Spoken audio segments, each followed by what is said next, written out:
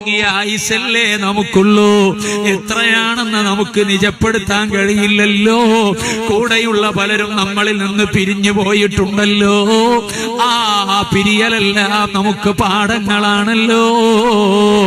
ആ പാഠം നമ്മൾ പഠിക്കേണ്ടതാണല്ലോ. പെട്ടെന്ന് മനുഷ്യന്മാര് അതാ അടിച്ചു പോകുകയാണ്.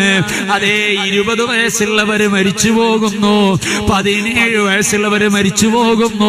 ഹാഫിള് മസൂദ് സഖാഫി കൂടല്ലോ 41 വയസ്സേ ഉള്ളൂ. പെട്ടെന്ന് നമ്മളിൽ നിന്ന് പിരിഞ്ഞുപോയി. അല്ലാഹുവേ, അവരുടെ ദറജ നീ വർദ്ധിപ്പിക്കണം റഹ്മാനെ. ഖബർ നീ സന്തോഷത്തിലാക്കണം റഹ്മാനെ. കുടുംബത്തിനു നീ ക്ഷമ നൽകണം റഹ്മാനെ. ഇന്നത്തെ ദിവസവും കർണാടകയിൽ ഒരു പ്രദേശത്ത് വയല് പറയേണ്ടതായിരുന്നു. പക്ഷേ ആ വയലിന്റെ മജ്‌ലിസിൽ വന്നില്ല, വരാൻ എനിക്ക് കഴിയുകയുമില്ല. പറഞ്ഞു വെച്ച വയലിന്റെ സുഖം ഖബറിൽ അല്ലാഹു അനുഭവിക്കാൻ അവസരം നൽകട്ടെ. പാവപ്പെട്ട റാഷിദ് എപ്പോൾ തീരുമെന്നറിയില്ലല്ലോ.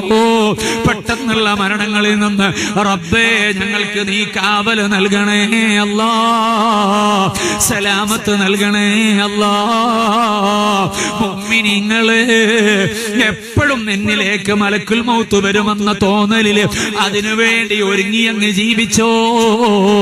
ഞാനങ്ങനെ ജീവിക്കണം, നമ്മൾ ഓരോരുത്തരും അങ്ങനെ ജീവിക്കണം. എത്ര സമയമുണ്ടാകുമെന്നറിയില്ല. അവസാന കാലമാകുമ്പോ പെട്ടെന്നുള്ള മരണം വർദ്ധിക്കുമെന്ന് 14 നൂറ്റാണ്ടുകൾക്ക് മുമ്പ് പരിശുദ്ധരായ പ്രവാചകര് പറഞ്ഞു വെച്ചിട്ടുണ്ടേ. ആ കാലത്തിലെത്തിയിട്ടുണ്ടെന്നാണ് പല അനുഭവങ്ങളും നമുക്ക് പറഞ്ഞു തരുന്നത്. ആ അലാമത്ത് പ്രകടമാകുന്നത് എന്നിലാണോ നിങ്ങളിലാണോ നമുക്കറിയില്ലല്ലോ. അതുകൊണ്ട് ആ ഘട്ടം വരുന്നതിന് മുമ്പ് കിട്ടിയ സമയം പരമാവധി അധ്വാനിക്കണം, അമല് വർദ്ധിപ്പിക്കണം, അതേ ഹറാമുകളിൽ നിന്ന് മാറി നിൽക്കണം. ഓ ചെറുപ്പക്കാരാ, പെങ്ങന്മാരെ, മുത്തുനബിയെ സ്നേഹിച്ചുകൊണ്ട് ഒരുമിച്ച് കൂടുന്ന മജ്‌ലിസല്ലേ. ഇന്ന് പകല് വരെ നമ്മളെ ഹറാമുമായി ബന്ധപ്പെട്ടു പോയിട്ടുണ്ടാകാം. അതൊന്ന് തിരുത്താമോ, മാറ്റിയെഴുതാമോ, നല്ല ചിന്തയിലേക്ക് വരാമോ? ഹറാമിന്റെ നോട്ടമൊന്ന് മാറ്റി നിർത്തിയിട്ട് ഹറാമിന്റെ ബന്ധങ്ങളൊക്കെ ഒന്ന് വിച്ഛേദിച്ചിട്ട് നല്ലവരായി ജീവിക്കാൻ നമുക്ക് പറ്റുമോ? സുബ്ഹാനല്ലാഹ്, ഇന്നത്തെ കാലം വല്ലാത്തൊരു കാലമാണ്. ഹറാമിന് വില കുറഞ്ഞു പോകുന്ന കാലമാണ്. എല്ലാ വേണ്ടാത്തരങ്ങളിലും മുത്തുനബിയുടെ ഉമ്മത്തിൽപ്പെട്ട ചെറുപ്പക്കാരുടെ സാന്നിധ്യം അത് വല്ലാതെ കൂടുന്നു. പത്രങ്ങൾ നിങ്ങൾ വായിക്കൂ, ക്രിമിനൽ പ്രവർത്തനങ്ങളെ കേസുകൾ വായിക്കൂ. ഇസ്ലാമിന്റെ പേരുള്ള എത്ര ആളുകളാണ്. വായിക്കുമ്പോൾ കൽബിന് വേദനയാണ്, മനസ്സിന് നൊമ്പരമാണ്. എന്തുകൊണ്ടെന്നാണെന്നറിയോ? ഏതോ നാട്ടുകാരനാണെന്ന് വിചാരിച്ച് ആശ്വസിക്കാൻ പറ്റുമോ? ഏതോ കുടുംബത്തിലുള്ള മക്കളാണ്, ചെറുപ്പക്കാരനാണെന്ന് വിചാരിച്ച് ആശ്വസിക്കാൻ പറ്റുമോ? ഇല്ല, ഇല്ല. കാരണം അവരെല്ലാം മുത്തുനബിയുടെ ഉമ്മത്തിൽപ്പെട്ടവരാണ്. ജന്മം കൊണ്ട് ഈമാന് കിട്ടിയവരാണ്, കർമ്മം കൊണ്ടും ഈമാന് നിലനിൽക്കേണ്ടവരാണ്, മരണം കൊണ്ടും ഈമാനോടെ മരിക്കേണ്ടവരാണ്.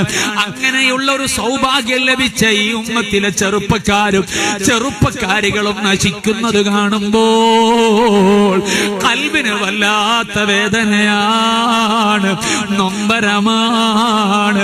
കാരണം ലോകത്ത് തുല്യതയില്ലാത്ത ജീവിത സംസ്കാരങ്ങളും ആശയങ്ങളും പഠിപ്പിച്ചു തന്ന നേതാവല്ലയോ റഹ്മത്തുൽ ലിൽ ആലമീൻ മുഹമ്മദുർ റസൂലുള്ളാഹ് സ്വല്ലല്ലാഹു അലൈഹി വസല്ലം തങ്ങൾ. അത്രയും വലിയ ഉന്നതമായ ആശയവും ആദർശവും സംസ്കാരവും പഠിപ്പിച്ചു തന്ന മുത്തുനബിയുടെ അനുയായികള് ആ സംസ്കാരങ്ങളൊക്കെ വലിച്ചെറിഞ്ഞ് തോന്നിവാസത്തിലേക്ക് പോകുമ്പോ മനസ്സിന് വല്ലാത്ത വിഷമമല്ലയോ? ദുനിയാവിന്റെ കളിയും രസവുമായി ഇങ്ങനെ പോകുമ്പോ അവരലക്ഷ്യമായി പോകുന്നുണ്ടാകാം, അവരതാ അലസമായി പോകുന്നുണ്ടാകാം, അതിന്റെ പേരിൽ ഹറാമിലേക്ക് ചെന്നു ചാടുന്നവരുണ്ടാകാം. പടച്ച റബ്ബ് ആ ചെയ്യുന്ന പ്രവർത്തനങ്ങളെ കൊണ്ട് നരകത്തിലിട്ട് വലിയ ശിക്ഷ നൽകുമല്ലോ. ഞാനും നിങ്ങളും ജീവിക്കുന്ന കാലത്ത് നമ്മുടെ കൂടെയുള്ള ഒരാളും അങ്ങനെ നശിക്കുന്നത് കാണാൻ നമുക്ക് ഇഷ്ടമില്ലല്ലോ. ഇന്ന് എന്തൊക്കെയാണ് കേൾക്കുന്നത്? സുബ്ഹാനല്ലാഹ്, കഞ്ചാവിന്റെ വിതരണത്തിൽ മുന്നിൽ നിൽക്കുന്നത് ആരാണ്? മുസ്ലിം ചെറുപ്പക്കാരാണ്. ചെറുപ്പക്കാരി മാത്രമല്ല, ഞാൻ അന്വേഷിച്ചു നോക്കുമ്പോ, നമ്മളെ ഭാഗത്തൊക്കെ അന്വേഷിച്ചു നോക്കുമ്പോ സ്ത്രീകളായ ചെറുപ്പക്കാരികൾ പോലും ഇതിന്റെ കാരിയന്മാരാണ്, വിതരണക്കാരാണ് എന്നറിയുമ്പോൾ വീടകങ്ങളിലുള്ള അതേ ചെറുപ്പക്കാരികൾ പോലും ഈ പച്ചയായ ഹറാമിന് കൂട്ടുനിൽക്കുമ്പോൾ ചില ആളുകളെ ഇതിനെ അടിമപ്പെടുത്താൻ വേണ്ടി ഒറ്റയടിക്ക് ഒരു പ്രാവശ്യം മാത്രം അതേ അവരറിയാതെ ഉപയോഗിക്കാൻ കൊടുക്കുന്നു. MDMA ഒരു പ്രാവശ്യം ഉപയോഗിച്ചാൽ പിന്നെ കിട്ടാതിരിക്കാൻ കഴിയൂല. വലിയ അപകടം പിടിച്ച സംഗതിയാണ്. എത്ര ചെറുപ്പക്കാരാണ് പെട്ടെന്ന് മരിച്ചു പോകുന്നത്? കിഡ്നി രണ്ടും അടിച്ചുപോയി, ആന്തരിക അവയവങ്ങൾ പലതും നശിച്ചുപോയി. കാരണം മാരകമായ കെമിക്കലുകളാണ് ഇതിലുള്ളത്. നേരത്തെ ഉണ്ടായിരുന്ന ലഹരിയുടെ വസ്തു പോലെയല്ല പുതിയ കാലത്ത് ഉപയോഗിക്കുന്ന വസ്തുക്കൾ. അത് വല്ലാത്ത മാരകമായ വിഷമുള്ളതാണ്. മനുഷ്യന്റെ ശരീരം അപ്പാടെ തകർത്തു കളയുന്നതാണ്. മനസ്സിന്റെ സമതൽ തന്നെ തെറ്റിച്ചു കളയുന്നതാണ്.